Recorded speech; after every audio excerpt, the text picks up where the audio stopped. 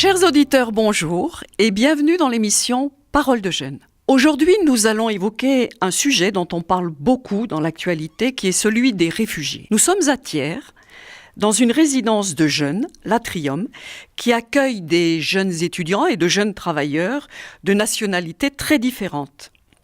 Thiers se prépare à accueillir un certain nombre de familles de réfugiés et il nous a semblé important aujourd'hui d'évoquer ce sujet ici avec ces jeunes. Alors, avec nous, Emmanuel, Oussama, Zax, Loana, Aboubacar et Louis. Alors justement, si je dis ce mot « réfugié », on en entend beaucoup parler, qu'est-ce que ça évoque pour chacun d'entre vous ? Moi, je sens la honte. Parce que vraiment, j'ai mis moi-même en doute. Qu'est-ce que j'ai fait avec une population d'un pays qui les obligeait à abandonner leur territoire pour venir ici? Qu'est-ce que j'ai fait dans leur pays qui justifie faire tout un groupe de personnes chercher encore une nouvelle maison, une identité, pour pouvoir vivre, grandir leur enfant, se développer? Pour moi, c'est honte. Qu'est-ce que j'ai fait? J'ai bien entendu, Loana, tu parles de honte. Oui. C'est le mot qui te vient à l'esprit quand on parle de réfugiés. Parce qu'immigration, c'est une chose, mais réfugié, c'est vraiment... C'est pire, je crois, si on immigre, c'est parce qu'on n'est pas bien dans notre pays et on cherche un peu meilleur. Mais si on est réfugié, on a tout abandonné parce que la situation, c'était insupportable. Elle a fait une différence entre quelqu'un qui immigre pour pouvoir trouver une situation meilleure, parce qu'on se dit peut-être je trouverai plus du travail ou je ferai mieux mes études, et vous êtes plusieurs dans cette situation autour de la table. Vous pourrez l'évoquer. Alors le jour où on décide de partir, ou une famille décide de partir, comment ça se passe? Vous avez essayé d'imaginer ce qui pouvait se passer au moment où on est obligé de tout laisser. Vous essayez d'imaginer cette situation à un moment, on laisse tout. Et on n'a même pas l'espoir de pouvoir revenir au moment où on part. Moi, ça me ferait mal de savoir que je vais quitter ma famille peut-être pour la dernière fois. Et que peut-être ça serait la dernière fois que je les vois et moi je pars en leur laissant tout seul. Emmanuel.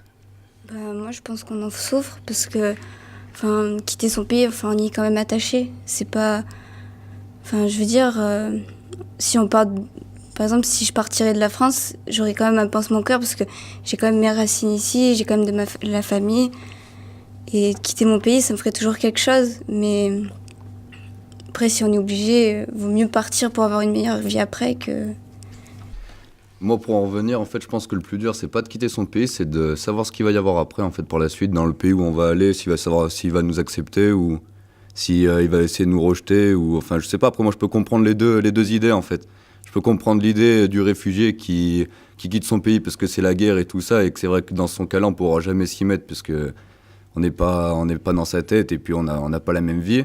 Et après je peux me mettre aussi à la place aussi de la personne qui habite dans un pays et qui reçoit aussi des réfugiés. Donc en fait c'est un peu, je peux comprendre les deux opinions moi. Donc mais après pour en venir, oui, c'est le plus dur, je pense que c'est par la suite. C'est pas le fait de partir. Est-ce qu'il y a des choses qui vous ont fait changer d'opinion ou qui ont fait évoluer votre opinion sur le sujet des réfugiés ces derniers mois? Oui, il y a des choses en fait qui font changer les opinions des autres gens. Mais moi, ils me l'ont pas fait changer, mais d'autres gens, je pense qu'ils pourront tomber dans le lot directement. En fait, avec la télé et tout ça, ils déforment beaucoup de choses. Va plus loin, explique-nous. Je sais pas, il y en a beaucoup qui font de l'amalgame avec ce qui s'est passé en ce moment, en 2015, là, fin d'année, les attentats et tout ça. Du coup, ils mélangent tout. Ils disent si on accueille des réfugiés de Syrie, ce sera la même chose. Et voilà. Pour moi, ils ont déformé beaucoup de choses et du coup, ça entraîne les autres gens à penser la même chose qu'eux. Les attentats qui se sont passés ont pu faire basculer des opinions? On peut avoir peur de quelqu'un qu'on ne connaît pas, mais on ne peut jamais le juger. Ouais. On peut pas le juger. On ne peut pas dire lui c'est un terroriste alors que Je le connais ni en blanc ni en noir. Vous avez peur? Ça vous a fait peur, les attentats? Parce que ça peut arriver à n'importe quelle personne. Donc, ouais, n'importe où, l'endroit où... C'est là qu'on se met à la place de ce qu'ils subissent, par exemple en Syrie. Parce que ça, ils subissent ça toutes les secondes. Nous, on l'a subi 2 fois cette année. Mais eux, c'est toutes les secondes, tout de suite, là, à l'heure actuelle. Maintenant, il y a des bombardements. Il y a de la guerre maintenant. C'est obligé. On comprend pourquoi ils s'enfuient. Parce que nous, si ça devrait arriver dans notre pays, je pense que tout le monde se partira d'ici. Personne ne voudra vivre avec la guerre. Pensez-vous que l'arrivée dans un pays de gens qui viennent de cultures différentes, qui ont donc peut-être des façons différentes d'aborder le travail, d'aborder différentes situations, pensez-vous que ça puisse être une richesse pour un pays de voir arriver des cultures et d'intégrer des cultures différentes? Nous, on ne connaît pas ces cultures et ça nous fait quand même ça nous fait apprendre quelque chose de nouveau. C'est enrichissant dans notre vie. Et eux, nous aussi, on peut leur apprendre notre richesse, notre culture, mais eux aussi, ils nous l'apprennent en retour. Vous nous amenez des cultures différentes.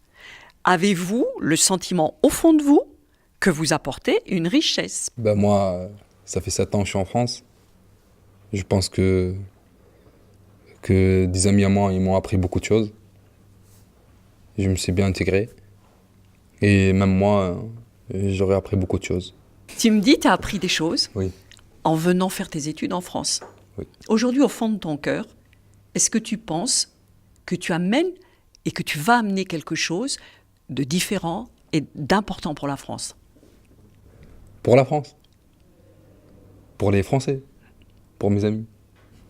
De l'amour. Moi, je suis pompier volontaire à Thiers. Et je pense que j'apporte quelque chose à la France. Parce que pompier volontaire, c'est quelque chose qui est important aujourd'hui.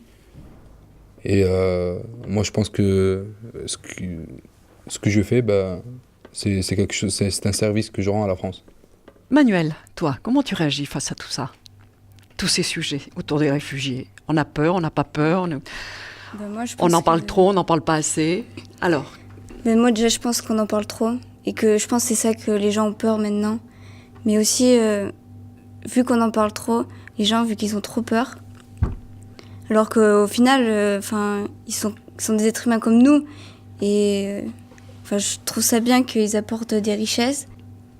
c'est intéressant, ce sujet. Il y en a toujours eu en fait des gens, bon, là on dit c'est des terroristes, donc Daesh et tout ça, mais après, il y en a toujours eu, avant ils ne s'appelaient pas comme ça, mais c'était toujours des extrémistes. Je pense qu'il y a une sorte les gens, plus la technologie avance, je pense dans un sens, plus les gens deviennent parano. Et plus il y a d'informations, et si on en parle, en fait tout ce qu'ils attendent c'est qu'on en parle. Donc plus on va parler d'eux, plus ils vont faire des actes en fait. Je pense que ça se résout pas spécialement à faire des guerres à droite et à gauche, ça se résout plus à l'information qu'on donne. Plus on donnera des informations sur eux, plus ils voudront enfin voilà, moi je pense que c'est plus, ils veulent qu'on parle d'eux, donc plus on va aller dans leur sens comme ça, plus donc non. Après d'en parler, je pense pas. Faut en parler, oui, mais après en parler tous les jours, à se poser des questions, à se demander, à faire des conférences, des trucs alors que ça je résout rien du tout, hein, donc non, moi je suis pas d'accord. Voilà, demain matin, arrive à côté de chez vous, du lieu où vous habitez, arrivent des familles de réfugiés. Ils arrivent de Syrie, ils ont tout perdu, ils n'ont plus rien. Qu'est-ce que vous faites? Comment vous réagissez? Saxe. Moi, après avoir été au courant, je les aiderai comme je peux, en sachant que j'ai pas vraiment de moyens de les aider, mais dès que je pourrais être utile, je les aiderai. Moi, je les aiderai le plus possible. S'ils arrivent qu'ils n'ont pas d'argent, je leur donnerai peut-être pas de l'argent, mais je veux dire, je les aiderai à les nourrir. Je les aiderai pas sur l'argent, mais plus sur quelque chose de matériel où ils pourront vivre le meilleur possible avant qu'ils se trouvent un travail. Moi, je les aiderais tout d'abord sur l'amour, déjà qu'on m'a donné quand je suis arrivé en France. Et ensuite, bien sûr, de quoi se nourrir et puis faire connaissance et apprendre plein de choses avec eux. Je crois qu'en premier, c'est identifier quels sont les besoins immédiats de cette famille et jusqu'à où je peux, parce que c'est un petit salaire, parce que moi, j'ai pas un gros garde-robe, mais c'est hiver là. Il vient d'un pays qui c'est pas trop froid là. Je crois que ça va lui manquer des habits, mais est-ce qu'ils ont déjà, puisqu'ils vont venir dans un campement. Et du coup, c'est plutôt identifier leurs besoins. Je vais leur promener. Je vais leur démontrer les repas qu'ils ont fait dans ma culture, en respectant leur culture. Mais c'est plutôt, je vais essayer de leur intégrer.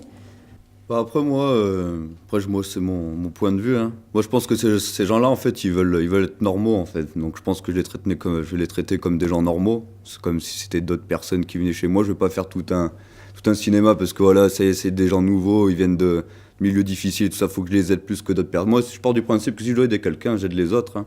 Donc, si c'est non, moi, je les aiderai comme je dois aider quelqu'un d'autre.